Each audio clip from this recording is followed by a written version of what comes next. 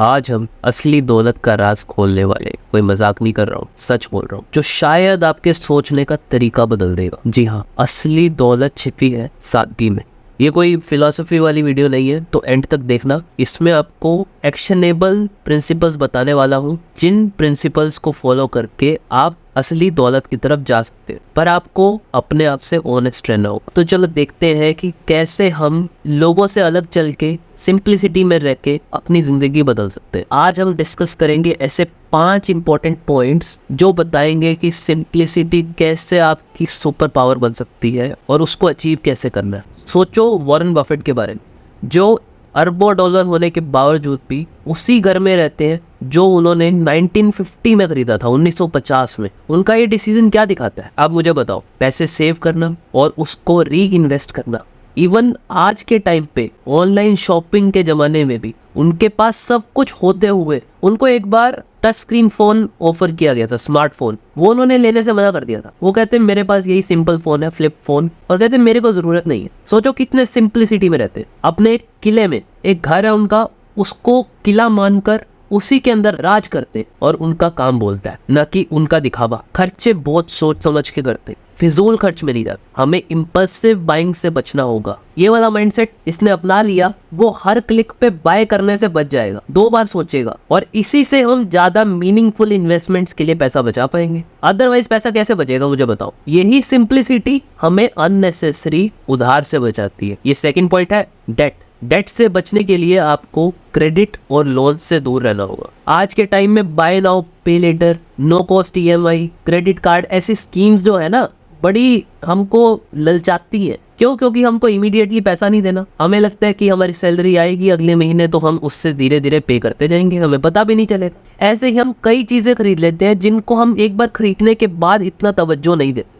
और हम बजट से बाहर खर्च कर देते। सैलरी है 1 लाख और फ़ोन ले लिया 1.5 लाख का, है कि नहीं? मैक्सिमम आईफोन को बाय करने वाली जनता इंडिया में मिडिल क्लास है, जिनकी सैलरी इतनी ज़्यादा नहीं है, और सब के सब लोन पे ले रहे हैं। ये जो दिखाने की इच्छा है ना दूसरों को, ये हमको मजबूर कर देती है ऐसे बजट से बाहर खर्चे करने के लिए। लेकिन याद रहे, हर उधार ली हुई रकम आपके फ्यूचर के ऊपर बर्डन है। सेविंग के ऊपर फोकस करके हम लोन्स के ऊपर कम डिपेंड करते हैं, जो कि लॉन्ग टर्म फाइनेंशियल वेल्थ बनाने के लिए बहुत जरूरी है। दौलत कैसे बनेगी? और आप जितना कमाते हो उससे ज्यादा तो बचा नहीं सकते, पर ज्यादा से ज्यादा तो बचा सकते हो ना। आपको अमीर भी होना है और आप तरीके भी ढूंढ रहे हो, आप टीचर्स भी ढूंढते हो जो आपको बताएं कि कैसे करना है। लोग कहते हैं इन्वेस्टमेंट करो, पर इन्वेस्टमेंट तभी करोगे ना जब एक्सपेंसेस कम होंगे। रतन टाटा जी का एग्जांपल लेते हैं, वो इन्वेस्टमेंट को स्पेंडिंग से ज्यादा इंपॉर्टेंस देते हैं। उनकी सिंप्लिसिटी उनकी वेल्थ क्रिएशन की स्ट्रेटेजी को एक्सप्लेन करती है। इन्वेस्टमेंट और स्पेंडिंग में आपको फर्क देखना होगा। आपने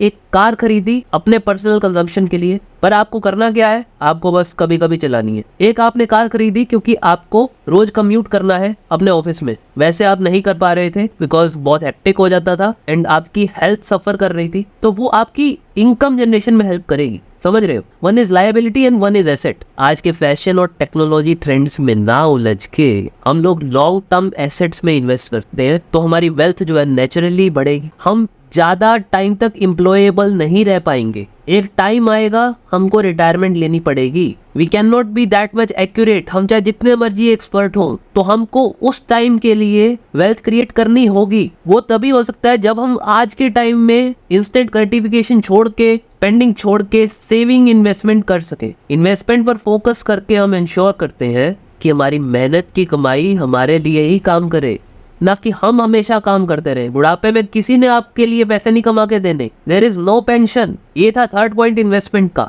4th पॉइंट है लो प्रोफाइल मेंटेन करना। लो प्रोफाइल मेंटेन करके आप अनवांटेड अटेंशन से बच सकते हो। ये क्या बोल रहे हो? अनवांटेड अटेंशन, इसकी हमें क्या चिंता? आज के डिजिटल जमाने में हर कोई जहां अपनी पर्सनल लाइफ को शोकेस कर रहा है, और जबकि आप अमीर लोगों को देखो, वो अपनी प्राइवेसी पूरी मेंटेन कर रहे हैं। विराट कोहली का एग्जांपल ले लो, उन्होंने अपनी डॉटर की फोटो ही नहीं दिखाई, वो उसको प्राइवेट रख के चल रहे हैं, वो उसको सेव करके चल रहे हैं। This is very important. आप अपनी पर्सनल लाइफ, अपनी प्रोफेशनल लाइफ व्लॉगिंग के तौर पे शेयर कर रहे हो, and you are being tracked, you are being stalked, and you do not know when this sharing will become harmful for you. Privacy आपको मेंटल पीस और security देती है। धन का प्रदर्शन ना करके हम अपनी प्राइवेसी मेंटेन करते हैं और रिस्क का विक्टिम बनने से बचते हैं, और इससे हमको वक्त भी बहुत ज्यादा मिलता है। जब हम सन्नाटे में अपनी जिंदगी बिताते हैं ना, तो हमको लॉन्ग टर्म प्लानिंग का वक्त मिलता है। यही मेरा 5th पॉइंट है, लॉन्ग टर्म प्लानिंग। एग्जांपल लो आमिर खान का, वो अपने स्ट्रेटेजिक डिसीजंस के लिए माने जाते हैं। उनके इन्वेस्टमेंट डिसीजंस हमेशा लॉन्ग टर्म वेल्थ क्रिएशन पर सेंटर्ड होते हैं। वो हमेशा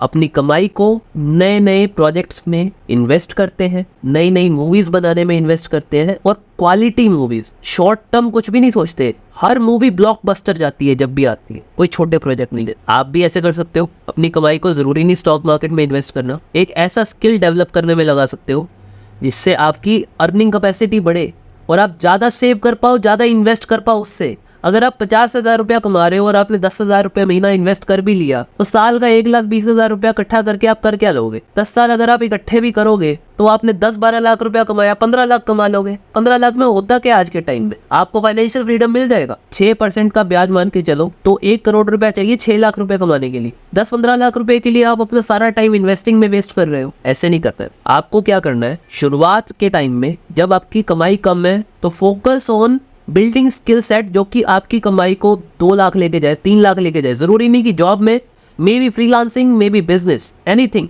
जो आपको ग्रोथ में हेल्प करे। यही लॉन्ग टर्म प्लानिंग है। Focus on quality, focus on attaining new skills which are improving your quality in your domain. आपकी गुडविल इंक्रीज हुई तो आप ज्यादा पैसा बनाओ। ये क्वालिटी पे फोकस करो। छोटे मोटे टिप्स एंड ट्रिक्स से कुछ नहीं होने वाला। तो दोस्तों, आज के डिस्कशन से यही क्लियर होता है कि सिंप्लिसिटी, फ्रूगैलिटी सिर्फ पैसे बचाने के लिए नहीं है। It's about making smarter choices to become richer, choices for richer and fuller life. Simple जीने का मतलब अपने फाइनेंसेस को प्रायोरिटी देना और जिंदगी की असली खुशियों का मजा लेना है, प्रदर्शन करना नहीं है। अगर आज की वीडियो आपको इंस्पायर करती है तो प्लीज इसे लाइक करो। आपको अगर लगता है कि आपके किसी दोस्त के लिए ये वीडियो काम की हो सकती है तो उसको शेयर करो, और व्यापार निवेश यूट्यूब चैनल को सब्सक्राइब करो। अपने थॉट्स और एक्सपीरियंसेस मुझे कमेंट सेक्शन में जरूर बताना कि आप अपनी फाइनेंशियल स्ट्रेटेजी में सिंप्लिसिटी को कैसे इनकॉर्पोरेट करते हो। मिलते हैं अगली वीडियो में, तब तक के लिए सिंपल रहिए, स्वस्थ रहिए, मस्त रहिए। जय भोलेनाथ।